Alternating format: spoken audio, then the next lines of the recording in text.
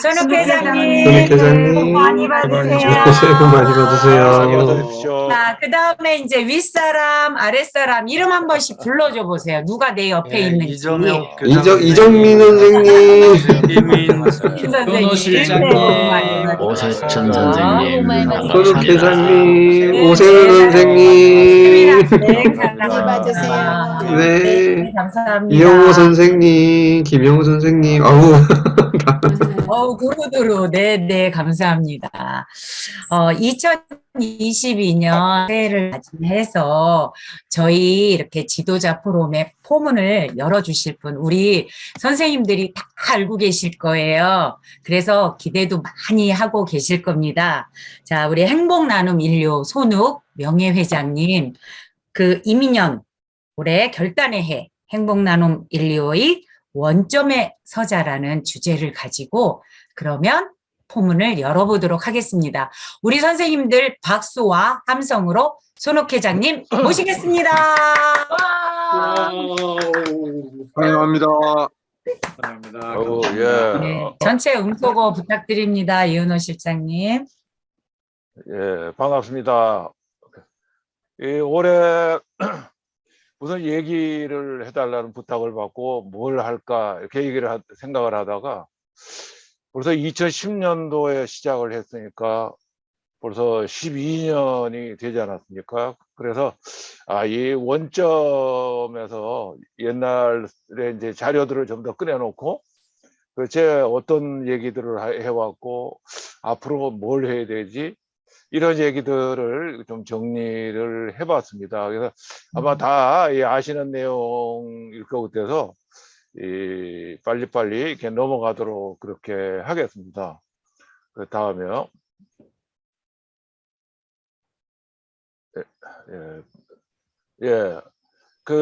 올해 도대체 이제 왜 사자성어 이런 거 있잖아요. 올해 말을 무슨 말로 할까 그러다가 이제 호랑이 이민년은 이제 검은 호랑이 뭐 이렇게 얘기를 하는데 여하튼 호랑이라는 거는 용기와 결단의 상징이죠. 이렇게 높은 바위에서 내려다보고 있다가 정말 그 먹잇감 하나를 딱 그 결단을 내리면 이 토끼 한 마리를 잡을 때도 혼신의 힘을 다해서 여하튼 성취를 한다고 합니다. 그래서 여러분들께서도 올해 이민년 정말 용기와 결단으로 멋진 성취를 이루는데 거기에 맞는 이제 세종의 말씀이 범사전치 직무불성, 그래서 어떤 일이든 전력을 다해 다스린다면 이루지 못할 일이 없다. 이 코로나가 되든 뭐가 되든 다 잊어버리시고 그걸 뛰어넘어서 호랑이의 결단으로 성취하시기 바랍니다. 그 다음에요.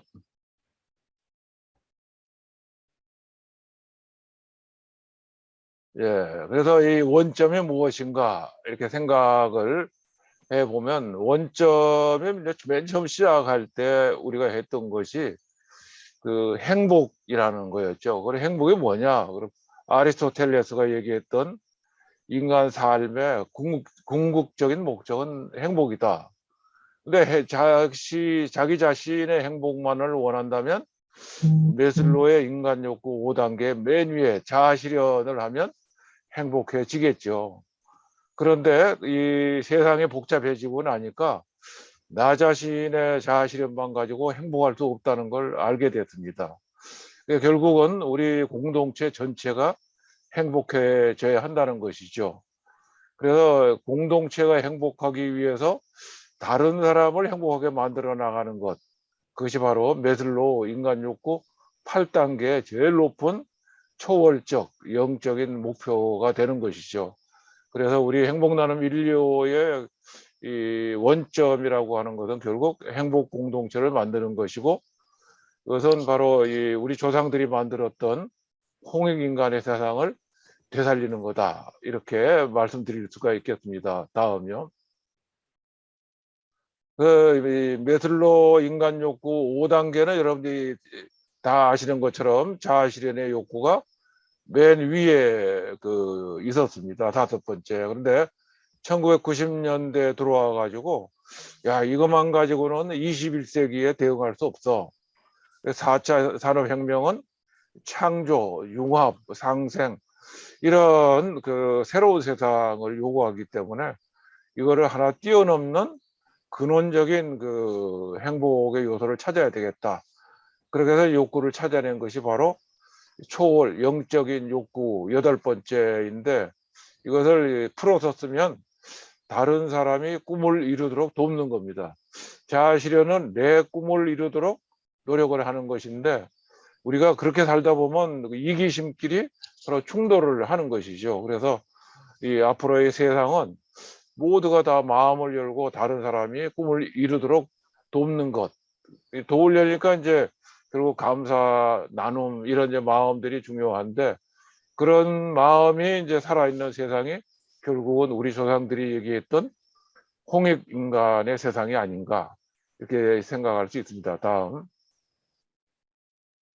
그 홍익인간이라 그러면 사람들이 전부 다 그건 뭐 옛날에 어떤 그 전설 속의 이야기가 아닌가 이렇게 생각을 하시는데 백제 고분로에 이렇게 딱 가보시면 그게 피라미드 형태의 그 무더 고분이 있죠. 백제 고분이 있습니다. 그건 아마 백제라는 나라가 또 왕성하지 않을 때가 돼서 이게 3단 정도밖에 안 돼 있잖아요. 근데 그 아래 보이는 장군총은 고구려가 강성했던 아마 장수왕이나 광개토 대왕의 능이 아닌가 이렇게 얘기를 하는데 적어도 한 7단, 8단이 되는 이 높은 피라미드를 이루고 있지 않습니까? 중국에 가면 이거보다 훨씬 큰 그 이집트의 피라미드보다 더 큰 피라미드 무덤이 있습니다. 그러니까 우리 조상들의 이 고조선의 삶이 무덤으로 남아 있는 것만 보더라도 그것이 실체라는 걸 알 수가 있죠. 그때 그 고조선의 그 건국 이념이 홍익인간이고 인간이라는 말을 사람인 사이간으로 풀면 사람과 사람 사이, 즉 공동체라는 거죠. 그래서 공동체의 홍익, 넓을 홍, 보탤익이거든요. 널리 보탬이 된다. 그러니까 공동체에 널리 보탬이 되는 그런 삶, 공동체 행복을 위해서 노력하는 삶, 이런 것이 바로 홍익인간 이념이다. 이렇게 생각할 수가 있습니다. 다음이요. 그래서 이 홍익인간의 나라를 잘 표현한 것이 동의열전이라고 하는 이 책이 있는데 이 책은 공자의 7대손 공빈이라는 사람이 그 2300년 전에 쓴 책이죠. 다 읽지는 않겠습니다. 여하튼 그 동이족의 이 나라는 백성들은 지혜롭고 그리고 주위로부터 이 존경받는 나라였고 그리고 행복한 사회였다고요. 풍속이 순후해서 길을 가는 이들이 서로 양보하고 음식을 먹는 이들이 먹을 것을 미루고 남자와 여자가 따로 거체에 섞이지 않으니 이 나라야말로 동쪽에 있는 예의 바른 군자의 나라가 아니겠는가. 이게 바로 동방예의지국이 나온 겁니다. 그래서 이 공자께서 그 나라에 가서 살고 싶다고 얘기했다. 그러니까 이 공자가 살던 시대까지만 해도 중국 사람들이 정말 가고 싶어 하던 존경받는 나라, 그것을 이룬 것이 바로 홍익인간 정신, 이렇게 이해를 하면 되겠습니다. 다음. 요즘에 오징어 게임이 나오고 난 다음에 이 천진 코드를 아는 사람들이 많아졌는데요. 홍익인간이야말로 천진 코드, 이게 천부경 81자로 모든 이제 이치를 얘기를 했죠. 그 메뉴에 있는 하늘천이라고 하는 것은 그 하늘의 도리를 안다는 것이죠. 하늘의 도리, 인간의 양심으로 도리를 심어놨어요. 그건 바로 이 도덕성이 있고 정직하고 그러니까 믿음과 신뢰의 그 사회적 자본을 배양을 해서 행복한 공동체의 기반을 만드는 것이 하늘의 도리죠. 이것이 제대로 되면 우리는 선진국이 될 것이다. 그렇게 생각을 합니다. 그 다음에 땅지죠. 네모난 거니까. 그 땅에서 태어나서 땅으로 돌아가니까 결국은 땅에서 나는 모든 것을 먹고 살아가니까 사실은 모든 걸 감사해야 된다는 거죠. 그래서 우리가 감사를 습관화, 체질화, 문화화하게 되면은 우리 모두가 긍정적인 생각을 갖게 됩니다. 그것을 바로 긍정심리 자본이라고 하죠. 이 긍정심리 자본이 가득한 나라가 바로 행복한 나라고, 그렇게 되면 이제 창조적인 삶을 살게 된다. 고 이제 생각을 하는 것입니다. 그리고 사람인이라고 하는 것은 결국 인간은 사회적 동물이기 때문에 공동체에서 서로 보탬이 되는 그런 삶을 살아야 된다는 것이죠. 그렇게 하려면 결국 나눔과 배려가 있어야 되겠죠. 물론 뭐 법을 지킨다든지 질서를 지킨다는 것은 기본이고요. 이런 것도 다 나눔과 배려의 정신을 바탕으로 합니다. 그래서 결국 행복한 공동체, 감사의 습관화, 나눔과 배려, 이것이 바로 행복 나눔 1, 2호의 이 세 가지 요소이고 바로 홍익인간의 정신을 실천하는 길이다. 이렇게 이해할 수 있겠습니다. 다음. 그래서 우리가 가장 중요한 것은 도대체 위기가 뭔지 모르는 것. 제일 중요한 문제다. 이렇게 알 수 있겠죠. 다음. 도산 안창호 선생은 청년에 대한 관심이 많았습니다. 낭망은 청년의 죽음이고 청년이 죽으면 민족이 죽는다. 그래서 젊은이들의 정신을 살리는데 엄청나게 노력을 했죠. 헬조선이라는 말 모두가 다 알고, 이 젊은 사람들 뭐 모두가 다 외치고 있지 않습니까? 이것이 전부 다 신뢰가 없고 나눔과 배려가 없기 때문이라고 생각을 합니다. 다음이요. 요새 젊은 애들 전부 다 이생망이라고 한다 그러더라고요. 그 왜 그런가 그랬더니 결국 모든 그 매체에서 나오는 얘기들이 다 행복한 게시물보다 불행에 관한 것이 더 많아요. 그러니까 정치 사회면에 보면 거의 85%가 이 불행한 얘기만 하는 거죠. 그러니까 부정적 사고가 흘러넘치니까 이 젊은 애들이 자존감을 잃고 꿈을 잃게 된다는 거죠. 그리고 이 원인이 뭐냐 이렇게 따져보니까 전부 다 본인 탓이래요. 자존감이 없는 겁니다. 아무리 이 세상이 어지럽고 어렵더라도 희망을 가지고 있으면은 살아날 수가 있는 건데 내 탓이야 그러면서 이렇게 오그라져 있기 때문에 그게 문제라는 거죠. 다음이요. 이 사회에 지금 문제는 이 모두가 소통이 되지 않는 사회가 더 이제 심해지니까 갈등을 하고, 갈등이 심화되니까 분노를 하는 겁니다.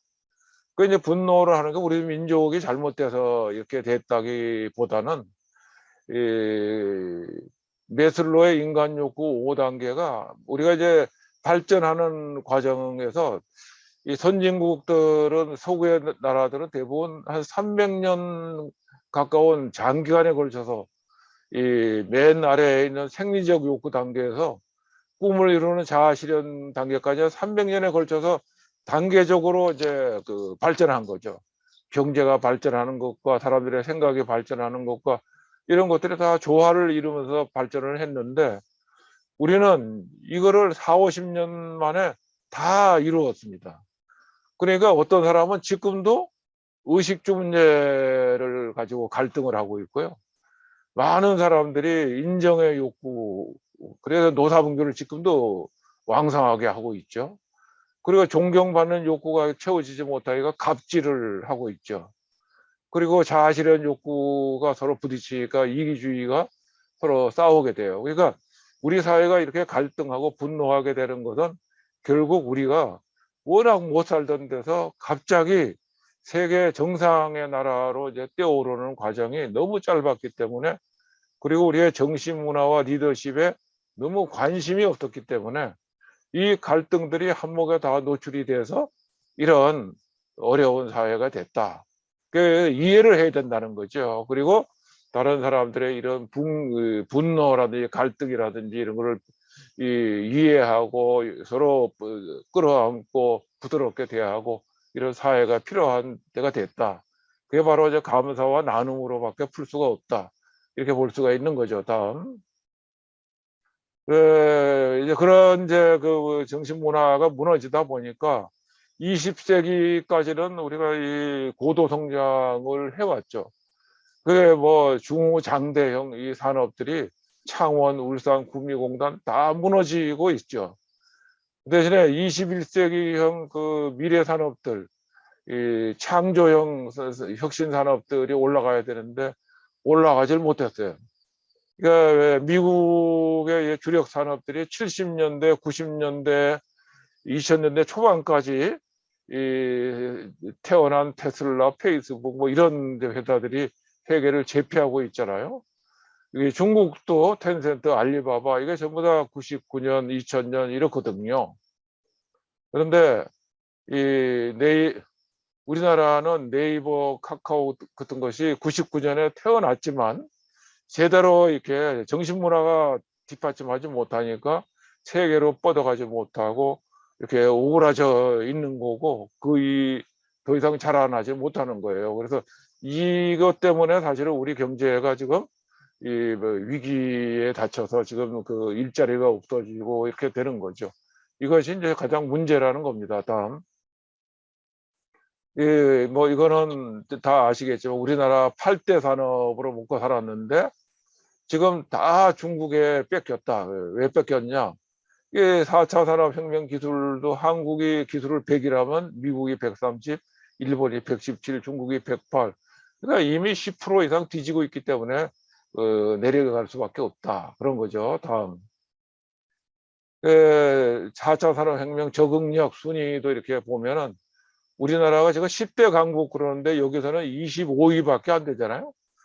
그 제일 중요한 게 사람의 창의적인 그 인재들이 마음껏 그 유연하게 활동할 수 있어야 되는데 너무 경직된 그런 그 노동시장인 거예요. 그게 83등이잖아요. 그러니까 이 창의력이 살아나지 못하고 융합 상생을 하지 못하기 때문에 결국은 아무리 교육 뭐 이런 거 기술을 해도 살아날 수가 없는 게 돼 있는 거죠. 그것이 바로 이 창조적 혁신 산업을 부진하게 만들고 청년들이 절망하게 만들었다. 이렇게 볼 수가 있습니다. 다음.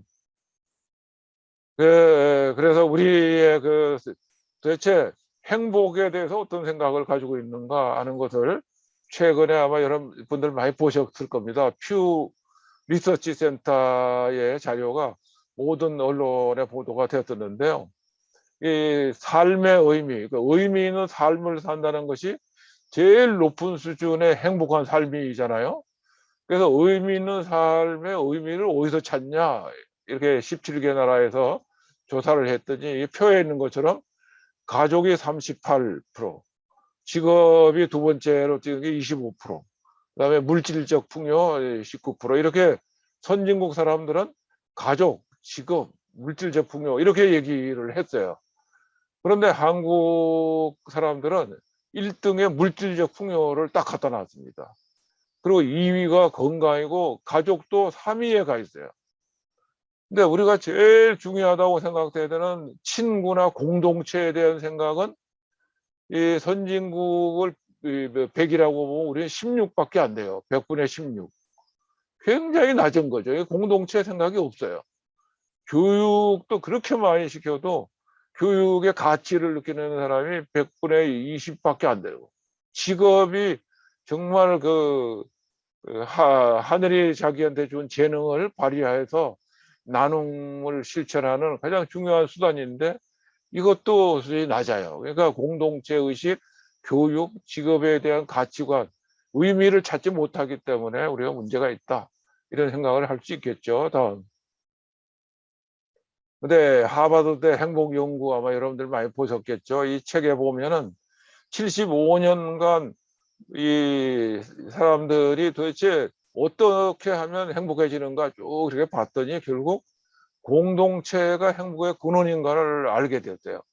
그리고 인간관계의 질이 중요하다. 그러니까 아무리 많은 사람을 사귀는 것보다 정말 행복을 나눌 수 있는 그 양적인 그런 질적인 인간관계가 중요하다는 거죠. 양보다 질이 중요하다.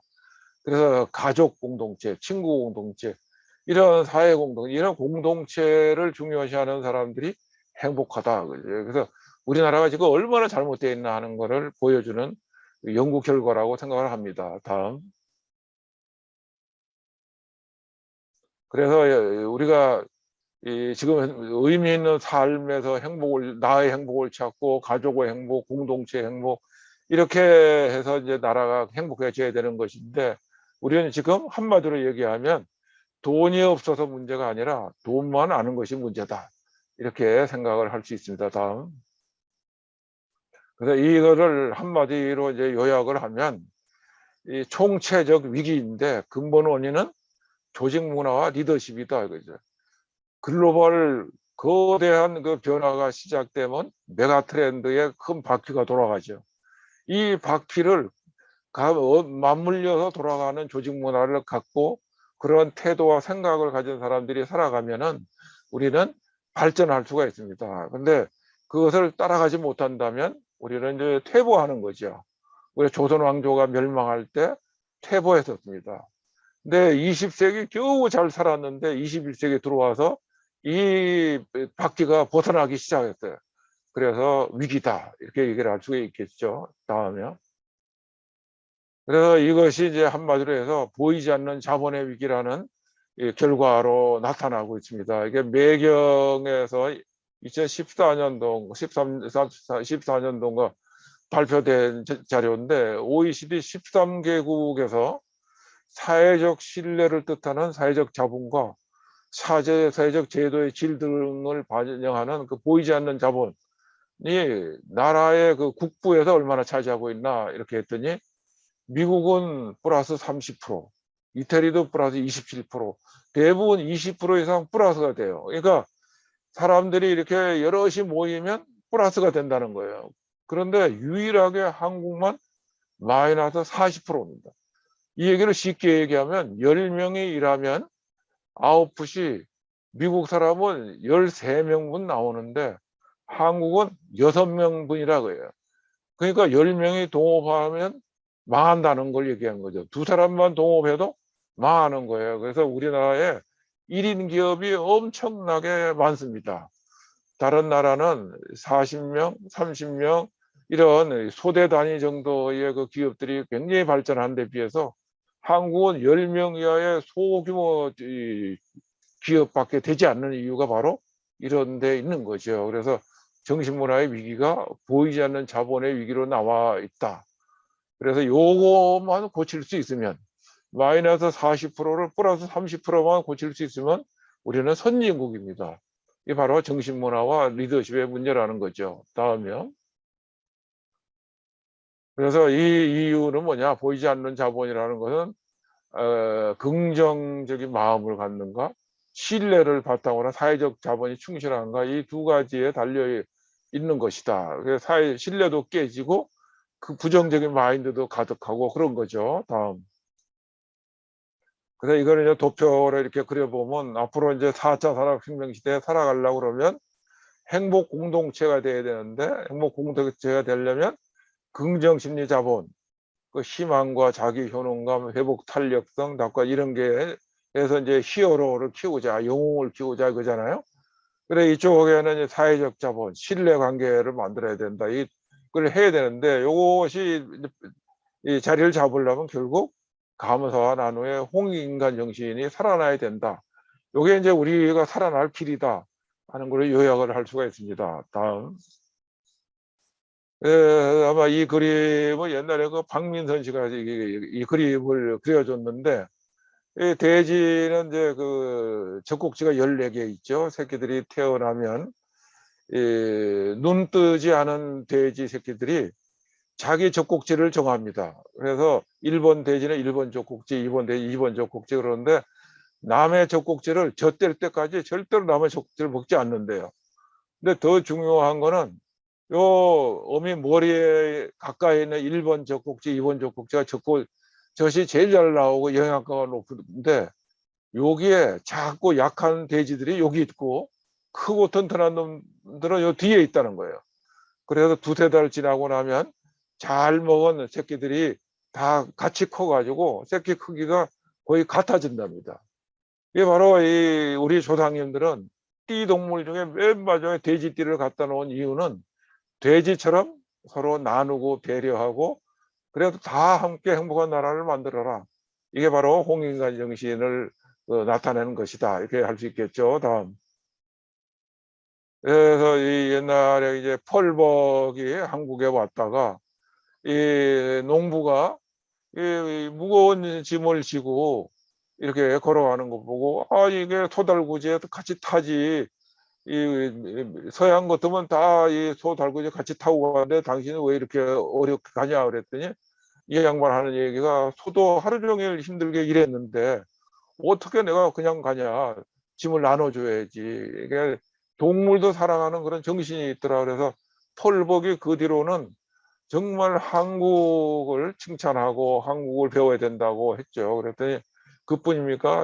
우리가 이 시골에 가면 까치밥이라 해서 감도 이렇게 다 안 따고 남겨 놓잖아요. 그러니까 자연을 사랑하고 환경을 사랑하고 하는 거죠. 그래서 타골이 아시아의 골든 에이지, 황금 시대가 있었는데 그게 바로 이 조선이었다 그죠. 한국이었다 그래요. 그래서 이 한국의 등불이 지금 꺼졌는데 이 등불이 다시 살아나게 되면은 이 세상이 밝아질 거다. 그래 기원을 했잖아요. 이게 이 행복남 125는 바로 타골의 이 소망을 기원을 이루는 길이다. 이렇게 생각을 하고 있습니다. 다음. 그래서 이 우리가 1960년대, 70년대 그 세계에서 제일 가난한 나라에서 새마을 정신으로 기적을 이루었는데 우리가 그 사이에 이제 정신문화를 잊어먹다 보니까 기쁨을 잃고 갈등하고 분노하는 사회가 됐죠. 그래서 이제 21세기의 새마음 정신, 행복의 125로 감사 나눔 소통의 문화로 홍익인간 정신을 되살려서 정말 행복한 세상을 만들어야 되겠다. 이런 생각을 정리할 수가 있겠습니다. 다음. 그래서 위기의 본질은 정신문화고 우리의 답은 새마음 정신혁명이다. 그 새마음 정신혁명이 바로 행복 나눔 125다. 그래서 민족의 역사에서 지혜를 찾아보자. 다음이요. 그래서 저는 이 처음에 감사와 나눔을 배우면서 그때 이제 생각을 한 것이 세종대왕은 도대체 어떻게 고려가 망하고 왕자의 난을 비롯해 갖고 혼돈에 빠져 있던 조선을 행복한 창조 왕국을 만들었지. 굉장히 뭐라 그럴까 궁금했습니다. 그래서 정말 연구를 해서 지금까지 쭉 하고 있는데 들여다보면 들여다볼수록 정말 신기하죠. 그 세종의 리더십을 배우면 우리도 다시 행복한 나라를 만들 수 있겠다 이런 생각을 하고 있습니다. 근데 세종의 그 비전, 꿈이죠. 백성들한테 늘 얘기한 것이 생생지락과 여민해락입니다. 생이라고 하는 건 살아간다는 뜻이고 두 번째 생은 생업. 옛날에는 직업이란 말이 없었습니다. 그래서 생업이라고 그랬죠. 생업의 락이니까 즐거울 락자죠. 생업의 즐거움을 느끼며 사는 삶. 이게 바로 행복한 세상이죠. 그리고 여민해락이라는 건 백성과 함께 여민, 해락 모두가 즐거운 나라를 만들자. 그러니까 happiness with people입니다. 그래서 이 세종은 600년 전에 이미 그런 행복한 세상을 만들자고 이렇게 비전을 만들었던 거죠. 다음에요. 그 덕택에 이 한국 사람들의 창조 DNA가 정말 다 살아났어요. 한국 사람들은 IQ가 세계에서 제일 높으죠. 창의력도 제일 높습니다. 그런데 한국 사람들은 신바람이 나야 창의력을 발휘하거든요. 위기에 처해도 어떤 힘이 나오지만은 신바람 날 때 창의력을 발휘하는 것은 한민족의 특성입니다. 그런데 세종은 그걸 알았어요. 그래서 세종 시대에 과학기술 실적을 보면 일본의 그 과학사 기술사 사전이라는 책에 세종이 제위했던 32년 동안에 전체 44건의 노벨상급 기술이 있었는데 그 중에 21가 조선 거였어요. 중국이 4개, 일본이 하나도 없었습니다. 그래서 이 조선을 세계 과학기술 강국으로 만들었던 것이 바로 세종이었고 세종의 홍익인간 리더십이다. 이렇게 얘기할 수 있겠죠. 다음. 그러면 도대체 그 내용이 뭐냐? 어떤 리더십이야? 이렇게 이제 들여다보니까 아주 간단하더라고요. 우선은 소통을 해야 되니까 토론을 했어요. 그러니까 왕이 난 잘 모르니까 우리 의논하자. 아는 것도 모른다 그러고 토론을 유도한 거죠. 그렇게 하니까 모두가 마음을 열고 융합을 할 수가 있었어요. 그리고 어떤 말을 해도 너의 말이 아름답다고 칭찬을 합니다. 반대를 해도 비난을 해도 칭찬을 했죠. 그러니까 모두가 칭찬을 하니까 신바람 나잖아요. 그래서 내가 어떻게 그렇게 칭찬이 나오지? 그게 비난하는데 그렇게 생각을 해보니까 그런 생각을 해주는 것 자체가 감사하다고 느끼게 되면 저절로 칭찬이 나오는 거예요. 그래서 진정한 감사 체질이 되면 칭찬은 저절로 나오는 거라 하는 걸 알게 됐습니다. 그래서 감사는 칭찬을 만들고 칭찬은 신바람으로 창의력을 만드는 거겠죠. 그리고 항상 세종은 나누면 커진다는 걸 알았어요. 홍익인간 정신을 실현한 거죠. 그래서 온갖 모든 백성들에게 지식도 나눠주고 지혜도 나눠주고 뭐 먹을 것도 나눠주고, 그러니까 모든 걸 다 나눴어요. 그 왕이 뭘 가지려고 한 게 없었습니다. 그러니까 백성들이 신바람 나게 힘을 합쳤죠. 상생의 문화가 만들어졌습니다. 그래서 융합 창의 상생, 이게 바로 지금의 4차 산업혁명 시대의 키워드, 조직 문화의 모든 나라들이 원하는 것이 바로 융합 창의 상생을 얘기하고 있거든요. 그리고 그것을 이루는 생생지력과 여민회락의 비전으로 이 행복한 세상을 만든다. 오늘날에도 적용된다고 저는 생각을 합니다. 다음. 근데 그래서 이 세종의 리더십의 코드를 리더십의 용어로 이렇게 바꿔보면 어떤 그 여민회락, 그 생생실학의 미래 비전을 제시할 수 있어야 된다. 그런 나눔을 통하고 그리고 이 소통을 통해서 이 솔선수범을 해야 되는 것이고, 항상 다른 사람이 꿈을 이루도록 돕는 그런 리더십을 발휘하는 것이다. 이게 바로 미래 비전, 솔선수범, 화양 온정의 리더십 세 가지 코드입니다. 이것만 잘하면 되는 거죠. 제가 찾아보니까 이순신 장군도 이 세 가지를 정말 잘하는 분이었어요. 박정희 대통령도 이 세 가지를 잘하는 사람입니다.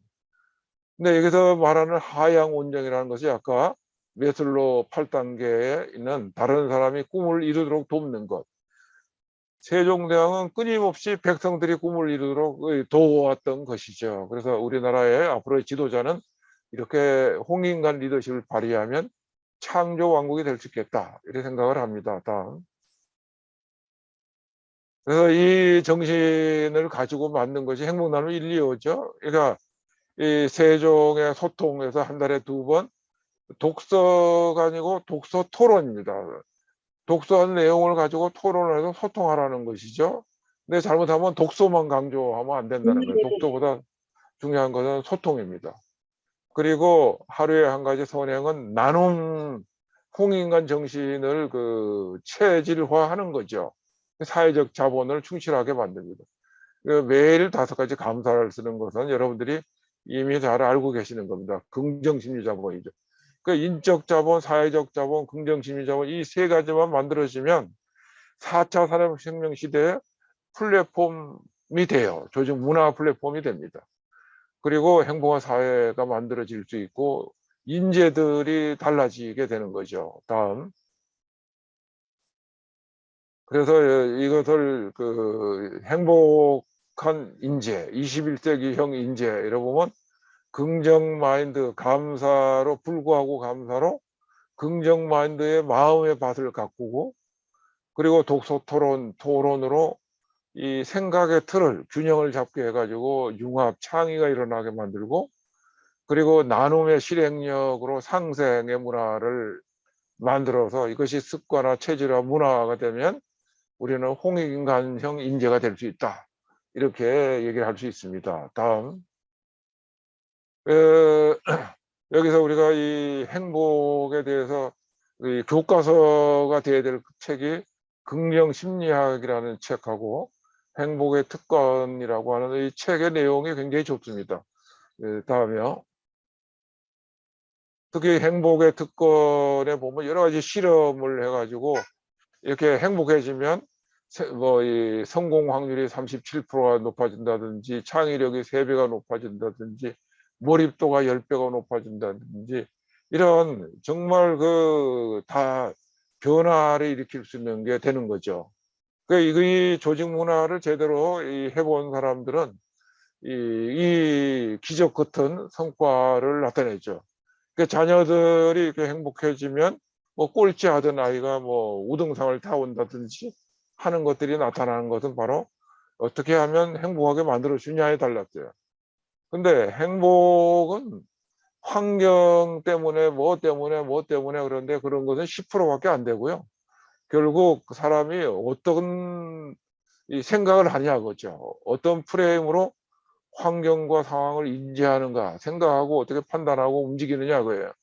그래서 생각의 틀이 바뀌면 운명이 바뀐다고 할 수 있습니다. 그리고 생각의 내 구조를 어떻게 바꾸지? 그래서 여기서 제시하는 게 하루에 3가지 감사한 걸 써라. 우리는 하루에 5가지 오감사를 하잖아요. 미국에서는 3가지를 얘기합니다. 그리고 대가 없는 선행, 나눔을 체질화하자는 거죠. 그게 바로 랜덤 액트 오브 카인드네스. 그리고 행복 명상으로 뇌를 리셋하는 거. 행복 명상은 여러분들도 지금 열심히 하고 계시잖아요. 다음. 그래서 이거를 이제 하나로 쫙 모아보면 감사와 나눔을 통해서 행복해지면 창의 창조의 사회를 만들 수 있다. 이런 거죠. 그러니까 이 행복한 삶을 이제 3가지 단계로 얘기를 하잖아요. 즐거운 삶. 이거는 우리가 모든 것을 긍정적으로 생각하는 거죠. 그래서 being good 시대, 우리의 마음이 긍정적인 마인드로 가득한 거죠. 감사 일기 쓰고 명상하고 뭐 이렇게 하면 우리는 그 긍정 심리가 충만한 즐거운 삶을 살 수 있다는 걸 잘 알고 있습니다. 그리고 이 좋은 삶이라고 하는 것은 이 자기가 좋아하는 일에 몰입을 하는 거죠. 그 몰입하면 창의력이 솟아난다고 하지 않습니까?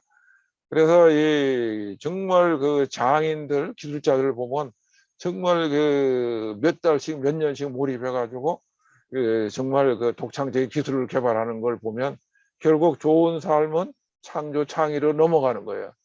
근데 이것만 가지고는 행복할 수가 없어요. 그래서 가장 높은 단계의 행복한 삶은 의미 있는 삶이죠.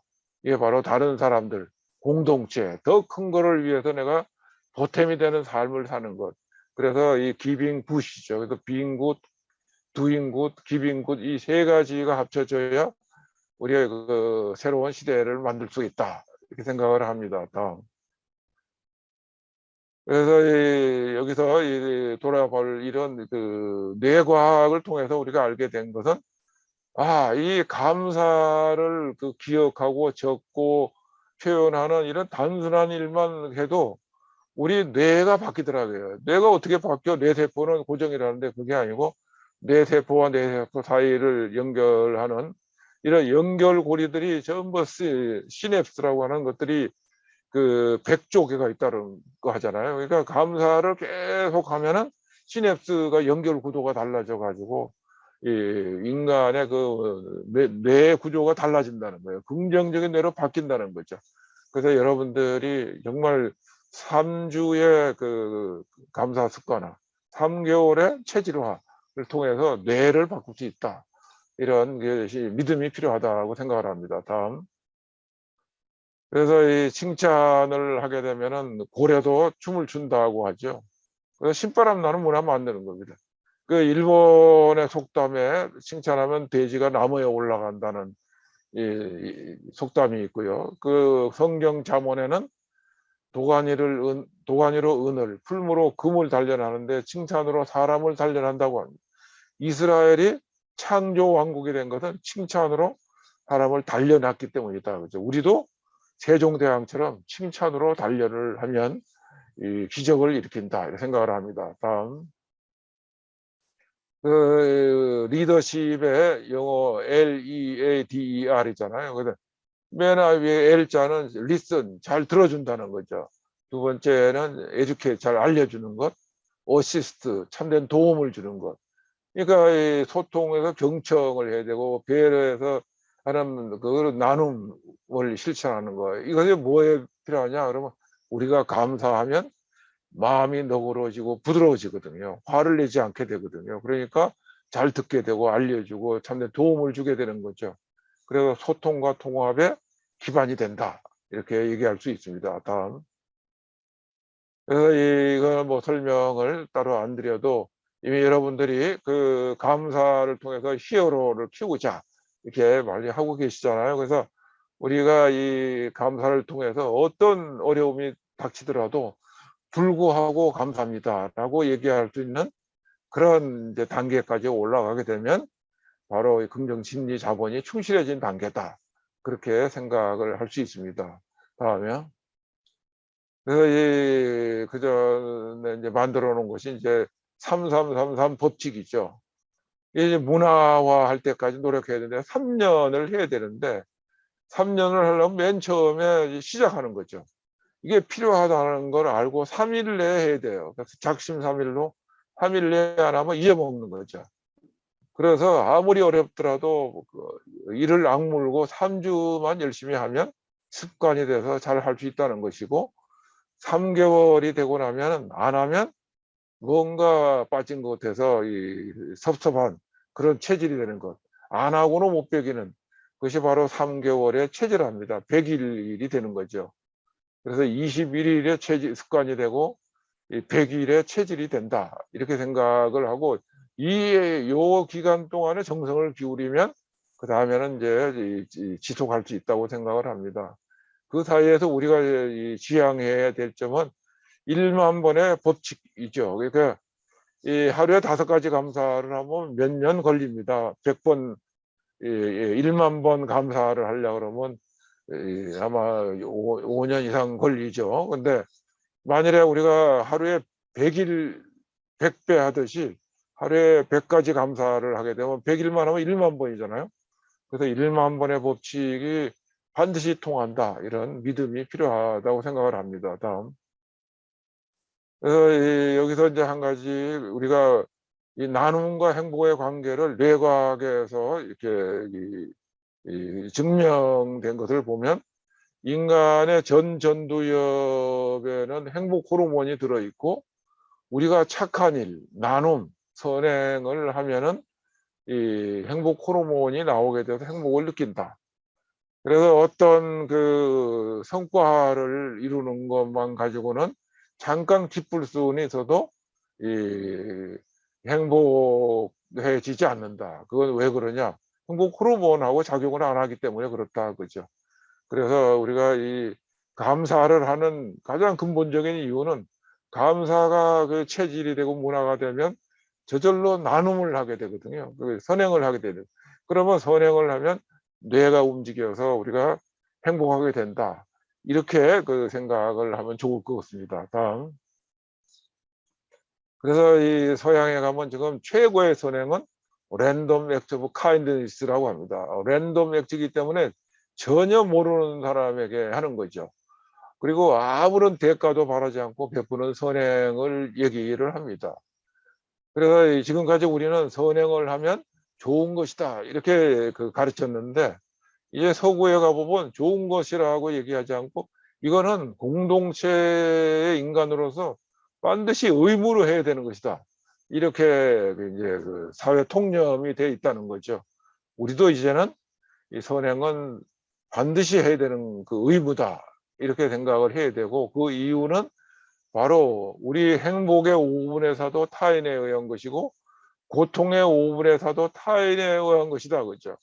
우리가 다른 사람에게 영향을 끼친다는 거예요. 그래서 내가 이 선행을 통해서 이 행복하게 만들어가는 것이 바로 우리의 의무다. 이렇게 생각을 하는 것이 옳다. 그렇게 생각을 합니다. 다음이요.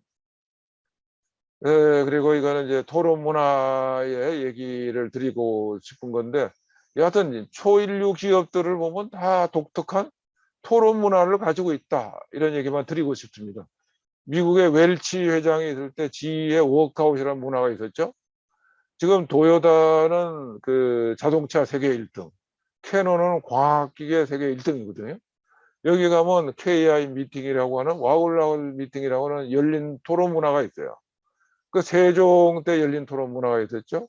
삼성에도 수요 공정회의라는 반도체만의 열린 토론 문화가 있어요. 그러니까 토론 문화를 갖지 못한 조직은 인류가 될 수가 없다. 저는 그렇게 생각을 합니다. 다음에. 그래서 이민년 호랑이에는 새로운 역사가 시작되는 해입니다. 1422년이 이민년이거든요. 이때까지는 태종이 살아 계시다가 이때 5월 달에 돌아가셨어요. 그러니까 세종이 참으로 혼자서 홀라서서 세종다운 그 경영을 시작한 것은 1422년입니다. 그로부터 이제 600년이 지났죠. 그래서 그런데 마침 이 새로운 정부가 이제 출범을 할 겁니다. 그리고 지금 화두가 되고 있는 ESG 경영이 본격화될 거예요. 그래서 우리에게 새로운 역사, 새로운 기회가 될 거다. 그렇게 생각을 합니다. 다음에. 지금 4차 산업혁명 시대가 왜 그 대전환이 일어나는가 하는 것은 결국 20세기는 이 남을 따라서 열심히 따라가면 먹고 사는 그런 무엇을 할 것인가를 가지고 싸웠던 성공 시대였거든요. 그러니까 수직적 지식 문화에 남의 기술 지식 열심히 따라가면 됐거든요.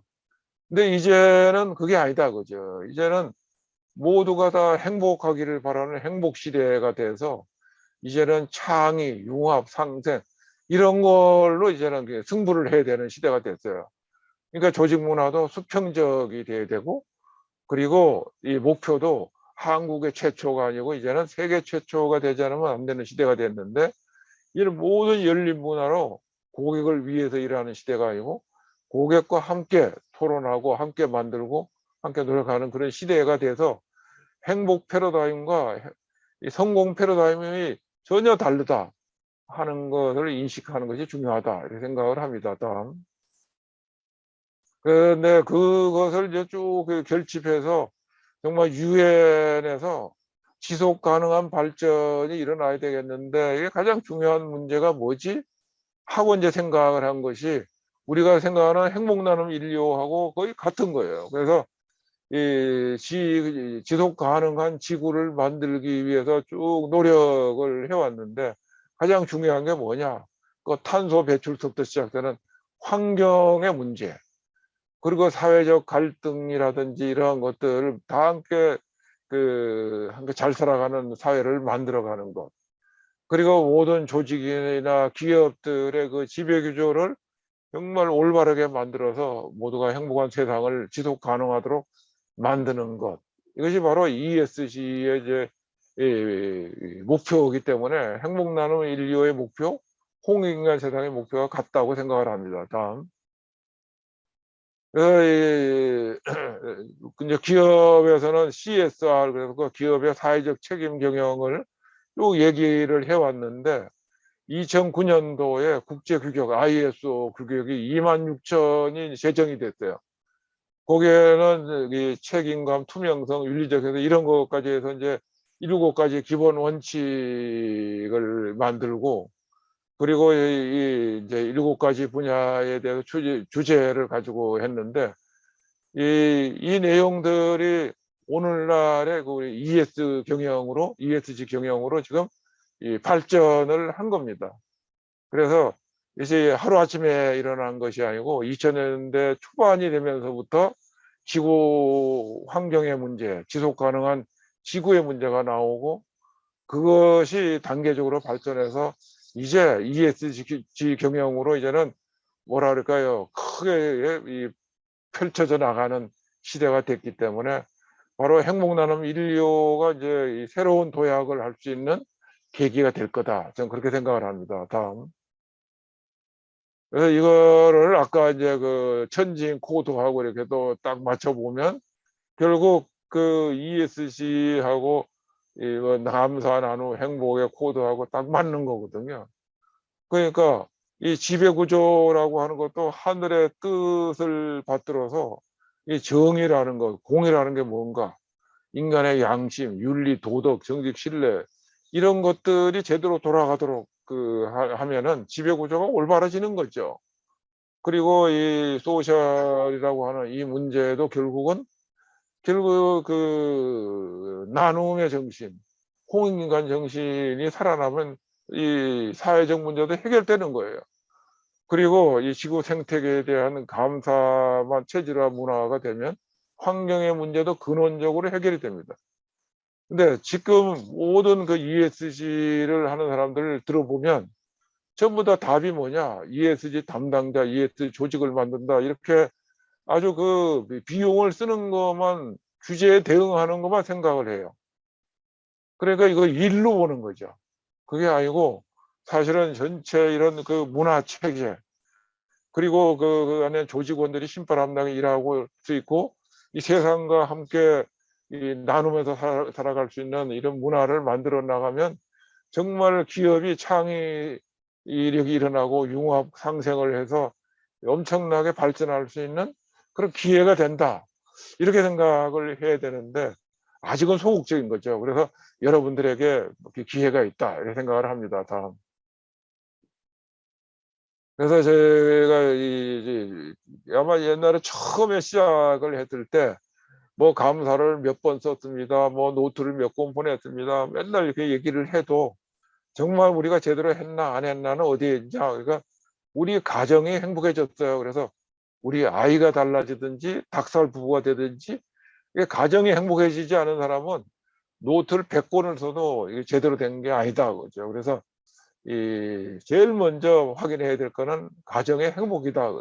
그 행복한 집에서 자라난 사람들이 이웃을 행복하게 만들고 일터에 가서도 행복하게 할 것이기 때문에 그렇다는 것이죠. 그래서 행복한 가정이라는 원점을 잊어버리면 안 된다. 이런 말씀을 드리고요. 다음. 그리고 이제 우리가 이 가정을 그 바탕으로 해서 이제 공동체를 만들어 가야 되는데 행복한 일터, 얼마 전에 보니까 포스코의 그 노조에서도 행복한 일터 만들기 킥오프를 했더라고요.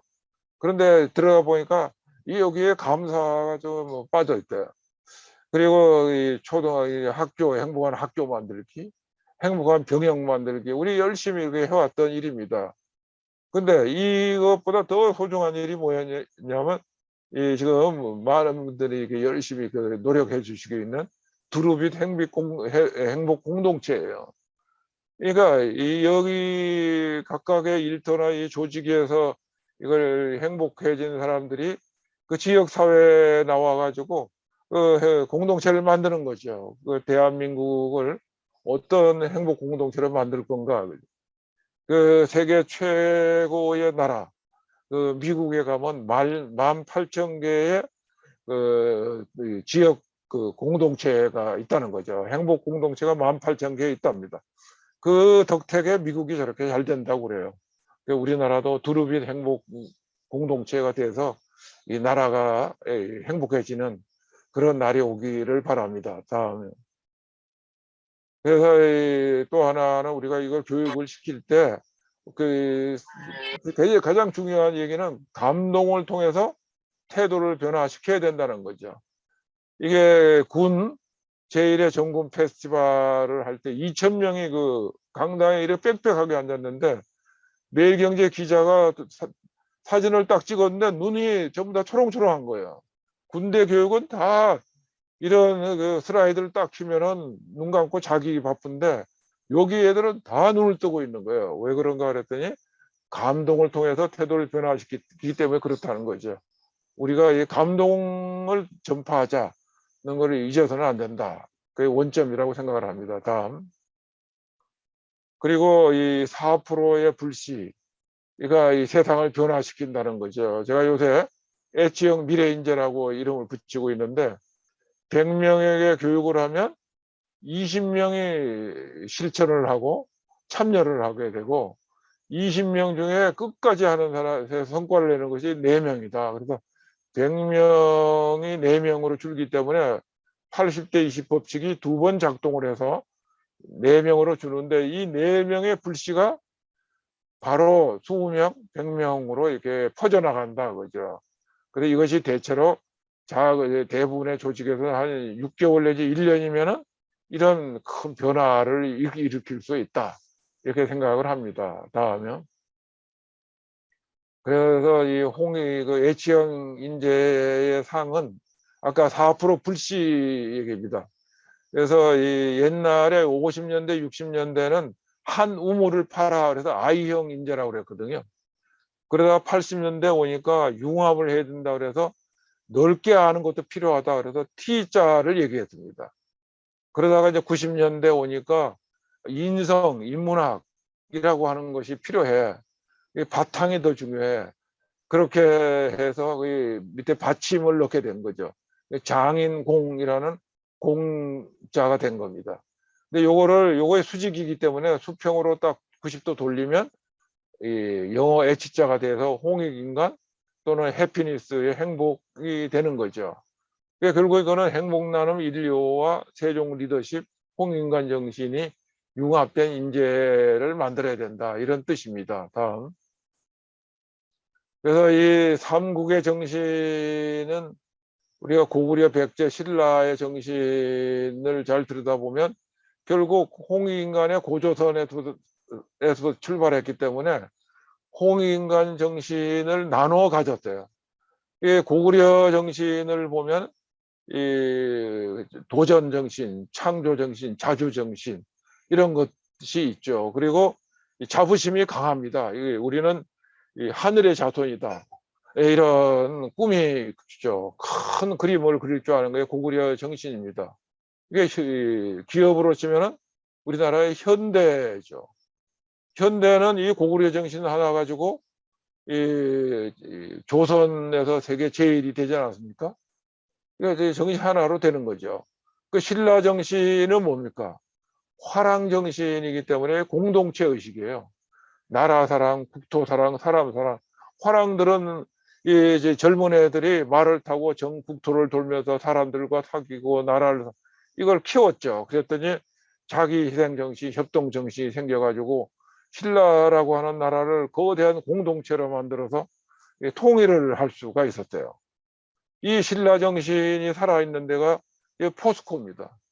그래서 포스코에 가보면 이 정신이 살아있고 그 정신으로 철강 세계 제일이 되고 있죠. 백제 정신은 뭡니까? 박사 제도를 중심으로 해서 장인 기술. 여하튼 일본에 가도 큰 절 전원 건 다 백제 기술자들이죠. 신라의 다보탑, 석가탑도 다 백제 장인들의 솜씨죠. 이게 바로 이 기술의 융합, 창의를 했던 민족, 국가가 바로 백제입니다. 이 백제 정신이 지금 살아있는 데가 삼성그룹이죠. 그래서 삼성의 이 전화기라든지 이 반도체가 살아있는 겁니다. 세계 제일이 되는 거죠. 그러니까 이 홍익인간이라고 하는 큰 그 정신을 바탕으로 고구려 정신 하나만 가지고도 세계 제일, 백제 정신으로도 세계 제일, 신라 정신으로 세계 제일이죠. 만일에 우리가 이 고구려 정신, 이 백제 정신, 신라 정신을 다 합친 홍익인간 정신을 가르쳐서 H형 인재가 탄생한다면 아마 기적을 일으키지 않겠나 그렇게 생각을 합니다. 다음. 그래서 이 시대는 결국 저희가 이렇게 정리를 해본 건데 우리가 산업화 시대는 IQ가 제일 중요했어요. 근데 IQ로 해서 좀 살기가 좋아지니까 욕구가 생겼죠. 그래서 민주화라는 걸 요구하게 됐어요. 그 민주화 시대에는 이모셔널 쿼셔트, 감성이 제일이죠. EQ가 그게 이제 일어나니까 갈등이 생겼어요. 이 갈등을 녹일 수 있는 것이 바로 그 감사인데 감사가 부족하죠. 그렇기 때문에 이 선진화를 이루지 못한 거예요. 그래서 우리가 이 감사 지수가 부족해서 이 갈등을 제대로 해결하지 못했고 그 감사 문화가 제대로 안 되니까 행복 시대로 넘어가지 못하는 거예요. 여기에서 이제 민주화 시대와 선진화 시대 사이에 잘려 있는데 이거를 이제 행복 나눔 인류가 극복을 해내고 정말 통일 한국의 이제 행복한 대한민국을 만들어야 된다. 그런 꿈을 가지고 시작을 했었습니다. 다음.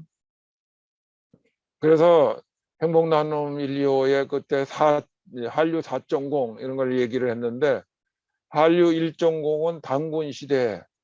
단군 시대는 다른 민족 부족을 점령 쳐들어가서 복속시킨 게 아니에요. 단군 아래 들어오면 행복하게 산다고 그래서 이 전부 다 짐을 싸들고 좀 다스려 달라고 들어온 거죠. 그래서 광대한 그 땅을 다스릴 수가 있었던 겁니다. 그 한류 2.0은 세종 시대입니다. 그 당시에 아시아에서 제일 잘 살았죠. 그래서 이 조선이라는 땅에 성군이 나서 모두가 잘 산다는 소문이 나니까 이민족들이 이주를 많이 해왔습니다. 그게 한류 2.0입니다. 요즘에 와서 이제 한류 3.0 그래서 이 스타들이 이제 나가기 시작하고 이제는 K푸드 그래서 이제 음식도 나가고 이제 하나하나 우리의 문화가 나가기 시작했죠. 저는 한류 4.0이 꿈입니다. 동방의 등불이 되는 홍익인간의 정신문화로 이 대한민국을 행복하게 만들고 이 정신문화가 인류의 그 행복을 위해서 행복한 지구를 위해서 정신문화가 될 수 있도록 만들어 나가자.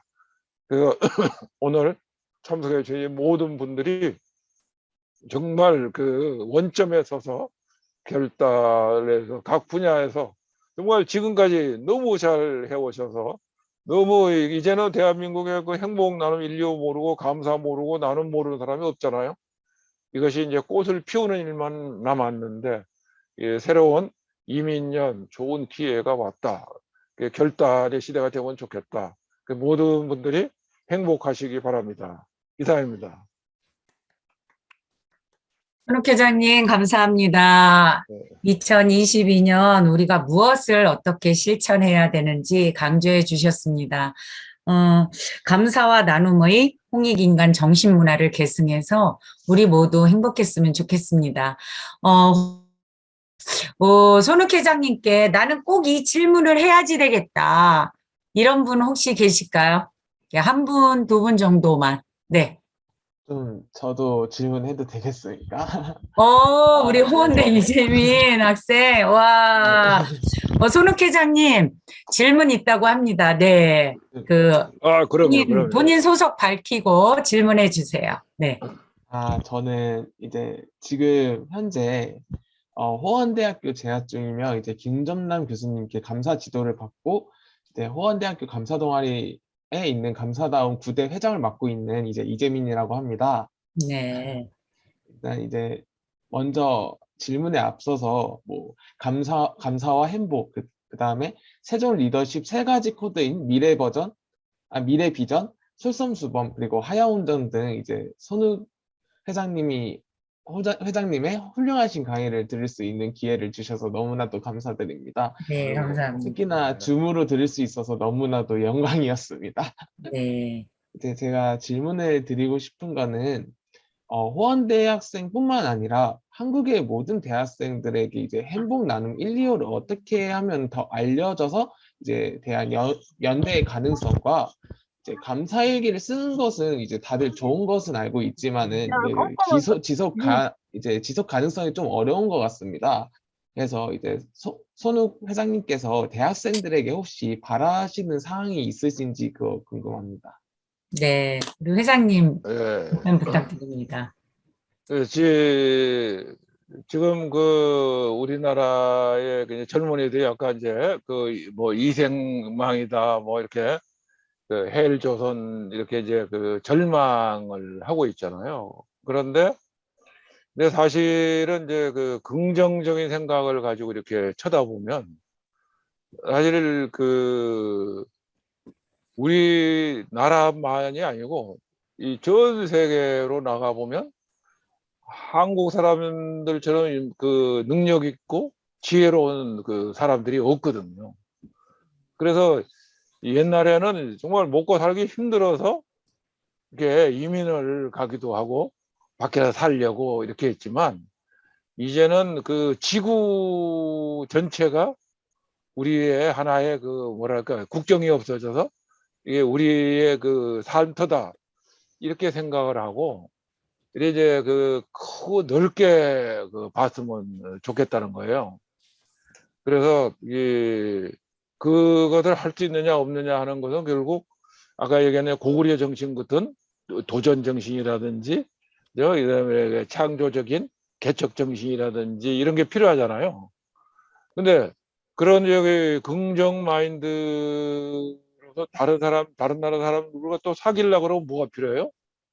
그 신라 정신 같이 이렇게 소통하고 화합하고 함께 어울리고 이런 정신이 필요하지 않습니까? 그리고 자기의 역량을 이렇게 파들어가고 이렇게 하면 되는데, 그런 것을 좀 더 이렇게 멀리 본다 그러나 크게 본다 그러나, 그래서 그걸 뭐라 해요? 셀프 에스팀 그럽니까? 자기 존중감, 자아 존중감. 그러니까 이 젊은 사람들이 스스로 생각하는 것보다 전 세계인들이 그 여러분들을 쳐다보면 너무나 훌륭한 인재들인 거예요. 너무나 큰 가능성이 있는데, 우리 그 우물 안에서처럼 이렇게 부정적인 그 사회 문화 속에 있다 보니까 우리가 이제 오그라져 있는 거예요. 그래서 여러분들마다 이 가슴 속에 막 이런 그 횃불이 막 큰 걸 하나 다 가지고 있는데, 이것도 하지 마라, 저것도 안 된다, 막 이렇게 하다 보니까 이렇게 오그라져 있었거든요. 그래서 이거를 열심히 감사를 해가지고 깨라 그죠. 깨고 어디를 봐야 되냐? 세계를 보자 그죠. 그 미래를 보자 그죠. 그래가지고 전부 다 쳐다보고, 야, 빌 게이트니 뭐 너 잘났냐? 니 그러잖아요. 그렇게 할 수. 저는 그 사람들보다 여러분들이 훨씬 두뇌도 뛰어나고 역량도 뛰어나고 용기도 있고 그런 분들이라고 생각을 해요. 그래서 그런 그 자신감을 긍지를 가지라 그러나? 자부심? 그런 거죠. 그래서 여러분들이 지금은 이제 외롭게 감사하는 것에도 그 대한민국에 어디든지 가다 물어보세요. 감사를 하든 안 하든 간에 가면 모르는 사람이 없어졌고, 어디 가나 감사 한 50명만 있으면 몇 사람 감사 쓰고 있는 사람, 감사하는 사람들이 있고요. 그래서 이것이 어떤 계기로 ESG가 되든 아니면 새로운 정부가 되든 이렇게 희망의 깃대를 들면 아마 엄청나게 딱 오를 거예요. 그때는 늦어요.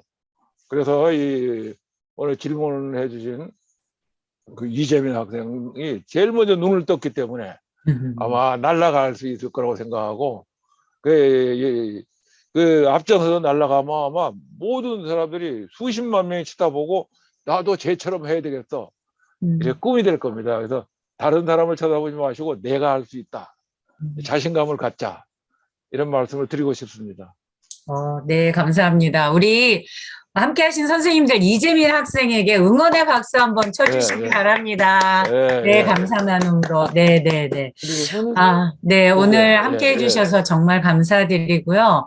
이렇게 선생님들이 함께 해주신 지도자 포럼이 벌써 60회가 되었습니다. 오늘 함께 해주신 내용 100명 방에 또 소감 간단하게 나눠주시고, 나는 이거 꼭 나는 자랑하고 싶다 하는 거는 또 우리 이은호 실장에게 메시지로 주시면 다음 주 나갈 땡큐 레터에다가도 또 함께 내용을 공유하도록 하겠습니다. 오늘 함께 해주셔서 감사하고요. 마지막으로 우리 사진 좀 찍겠습니다. 그래서 각자 멋있는 포즈, 2022년에 나 이거 꼭 이룰 거야 하는 마음을 모아서 포즈를 취하고 사진을 찍겠습니다. 자, 들어가겠습니다. 하나, 하트를 해도 좋고요. 파이팅을 해도 좋습니다. 자, 하나, 둘, 셋. 이렇게. 네. 네, 2번 하겠습니다. 2번. 네, 감사합니다. 요거 한번 하고요. 다시 한번 하겠습니다. 잠깐만요. 네. 한 번만 더 할게요. 이은호 실장님 해주실 수 있나요? 안 되나요? 제가 하겠습니다. 다시 하나, 둘, 셋. 감사합니다. 감사합니다. 네. 오늘 늦은 시간까지 함께 해주셔서 너무 감사드리고요. 2022년에 우리 선생님들 소망하시는 소원 모두 다 이루어지시기를 간절히 빌면서 다시 한번 우리 화이팅 외치면서 오늘 시간 마무리할까 합니다. 다음 달 2월에 다시 뵙겠습니다. 하나, 둘, 셋 하면 화이팅 외치면서 마무리.